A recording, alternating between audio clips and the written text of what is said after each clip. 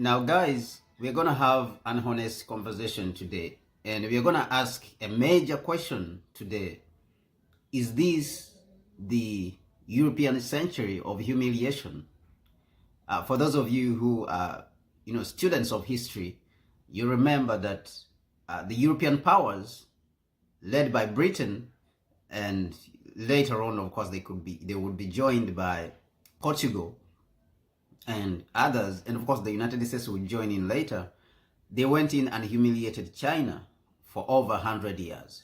Not talking about Africa. Africa, of course, we have been under this humiliation for more than 600 years. We have not gone out of this.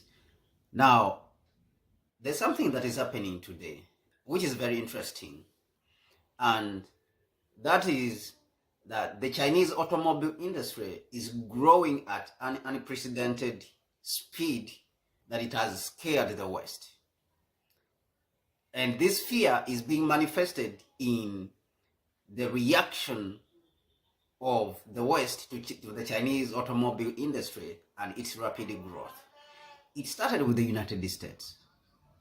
The United States, under the Biden administration, when they saw the rapid growth in China of the automobile industry, and of course the advanced technology, the more advanced technology, superior technology, they decided that rather than competing, we will just put tariffs on them. We will increase tariff on them. Okay? Tariffs basically means increasing the importation taxes. So the United States thinks that the only way to compete with China is to put taxes, is to avoid, is to pretend like these advanced technologies, which are superior to the technologies in the United States, they don't exist. Let us pretend that they don't exist by putting tariffs on Chinese vehicles from 25% to 100%. Let us make the vehicles inaccessible to the American public. And of course, the United States is not the only country which has not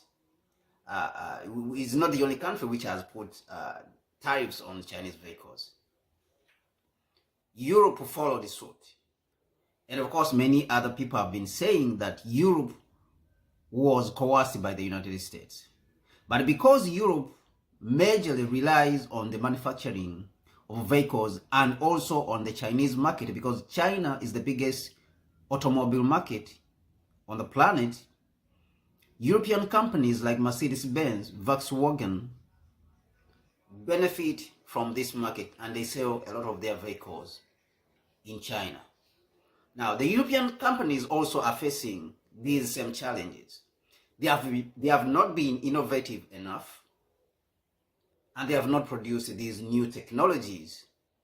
And the Chinese populations now are shunning the European companies and their vehicles and their products. They are now gravitating towards Chinese brands like BYD, which has become a juggernaut and is being looked at even as the next Toyota. There's NIO, there's Xiaopeng, in which Volkswagen also has come even to invest. It invested in the company about $700 million. This in itself shows that Volkswagen has seen the signs. It saw the signs that they cannot compete against Chinese technologies. Now, Europe, when it saw this also, it slapped tariffs of 37% on Chinese vehicles. But even with this, it has not prevented China from entering the European market with its vehicles. It is almost like China is bringing out new vehicles every month. Talking of BYD, NIO, Xiaopeng, Geely, which is also considered to be a juggernaut right now, and acquired companies like Volvo and other Western brands. As if that is not enough, the Chinese have now relied on Western designers for their new vehicles. their new energy vehicles. Now, Canada also followed this suit. Recently, it also imposed a 100% tariff on Chinese vehicles. The Chinese vehicles had actually not arrived in the Northern American market by the time they were doing this. In the American market alone, the Chinese vehicles occupy less than 1%. But of course, they sensed the danger, and that is why they have put these tariffs. Now, the companies which used to dominate the automobile market, like Ford and General Motors, and others from the West, Mercedes-Benz, Ford, and Mercedes-Benz and Volkswagen, all of them look like companies which are in retreat. And this is where we best to ask our question: are we seeing a century of humiliation by the West, whereby the Chinese technology is invading the West to humiliate them for over the coming century? And of course, a lot of things have been said by the West in regards to their politics, in regards to their political economic system. They used to claim that it is only a democratic system which has the ability of innovating and inventing things. But today, it looks the opposite. It looks like a communist and socialist China is innovating or out-innovating the West. Now, this goes to show you how false this claim was by the West.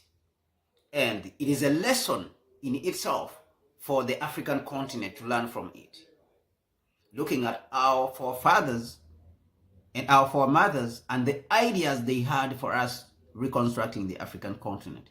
And of course, those ideas were abandoned somewhere along the line after the 70s, when the West succeeded in reconquering the African political and economic space and imposing its own version of leadership and its own version of economics and politics on the African continent.